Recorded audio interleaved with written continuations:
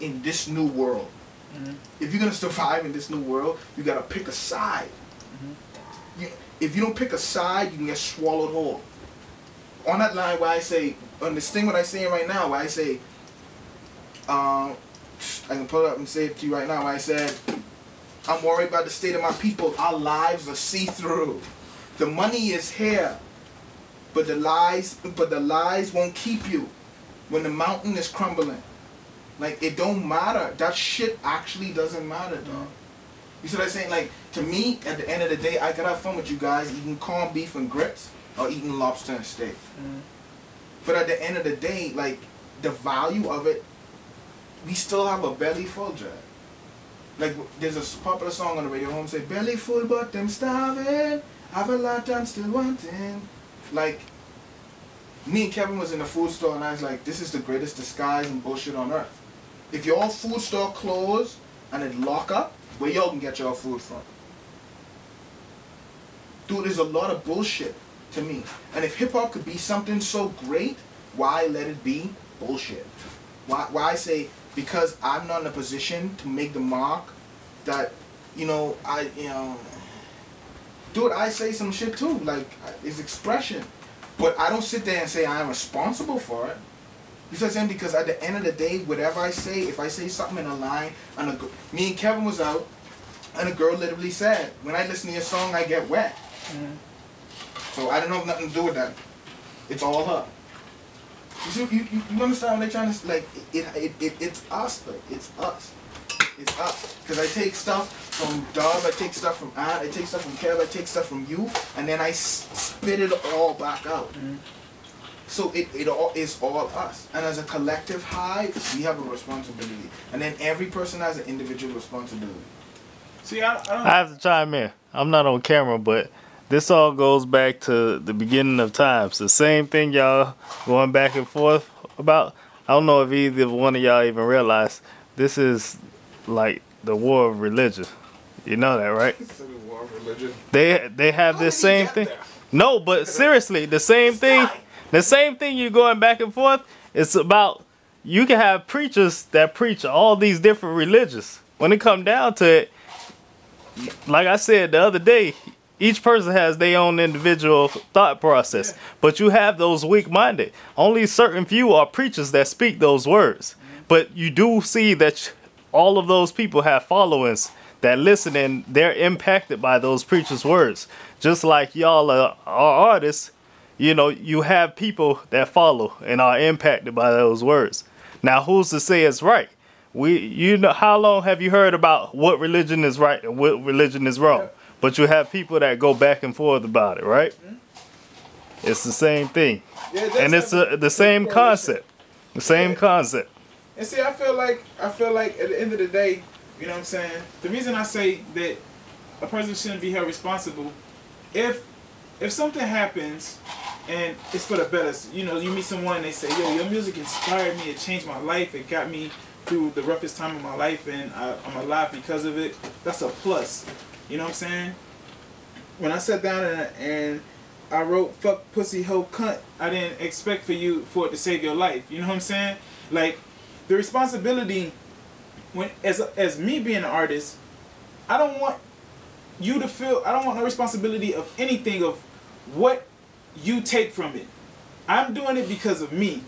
So even if I say some line and I say it because it's dope and I think it'd be shock value and people will go, wow, why did he say that or whatever, you know what I'm saying? I'm doing it for that purpose. I'm not doing it for any other purpose. Like when Big said the line, fuck him in the ass, throw him over the bridge, I'm pretty sure he was like, yo, that's fucking crazy, you know what I'm saying? And he wanted to get your attention. He was expressing himself in that way. For all we know, he could have had a homeboy who was really fucking niggas in the ass, throwing them over the bridge, throwing kids. We don't know, you know what I'm saying? But, you know what I'm saying? Like, but I'm pretty sure when he said it, and it's all up into interpretation. We don't know why he said it, you know what I'm saying? But from the point of view I'm looking at, I'm pretty sure he said it because he just thought it was a dope line and it was so, witty and so nasty that it would gain your attention. You know what I mean? He shouldn't be held responsible for that. He shouldn't be held responsible if somebody says, oh, that shit was so dope, I'm going to go do that. Same way Eminem shouldn't be held responsible for when he says he's going to murder his wife and put her in the trunk and he's driving over the bridge while the baby's in the car seat and she's sucking on a bottle, because he's expressing himself. Maybe that is his therapy. He's not doing that for anyone else other than him, his own personal therapy and expression, and he shouldn't be held accountable or responsible for anything that happens outside of that. You know what I'm saying? Words are powerful. Words are very powerful. We know that. And I think in this conversation, neither one of us are wrong. There's no wrong or right in the conversation. You know what I'm saying? It's just two different points of views. And I understand your point of view. If you say some shit, you know what I'm saying, know that it's going to have some form of repercussions to it. You know what I mean? Which is cool. Because we know that. You know what I'm saying? But at the same time, if a nigga just making his own type of music, his own feel-good music or whatever it is, if it's Waka Flocka or if it's Rakim or whoever, you know what I'm saying? Like, just take it for what it is. You know what I'm saying? Like, I remember when Karis won at Nelly. You know what I'm saying? And he was mad at Nelly for, you know, same shit. I'm a more recent one. Lil' Kim and Nicki Minaj, and Lil' Kim feeling like, oh, Nicki doesn't pay homage to this and that. She steals my style. She does this, blah, blah, blah, whatever. You know what I'm saying? It ain't up to Nicki Minaj to pay homage to nobody. She could have bit everything you done. And it ain't her responsibility to say, yo, I liked you as an artist. You feel what I'm saying? I actually agree with that. I feel like somebody said it best. It's like, Lil' Kim is the old stripper in the strip club trying to keep warm. And trying to stay hot. Yeah. Like, to me, they in the same lane. I don't understand that at all. Yeah. Personally. But I still feel like, to me, when things could be better, it's like this. We'll go outside right now and we meet somebody hanging from the light bulb. We're like, wow, that's fucked up, you know? Somebody might say, how could that happen? The wind that blows from ideas, concepts, creativity, energy is so strong. That person hanging could have come from something that happened in Japan.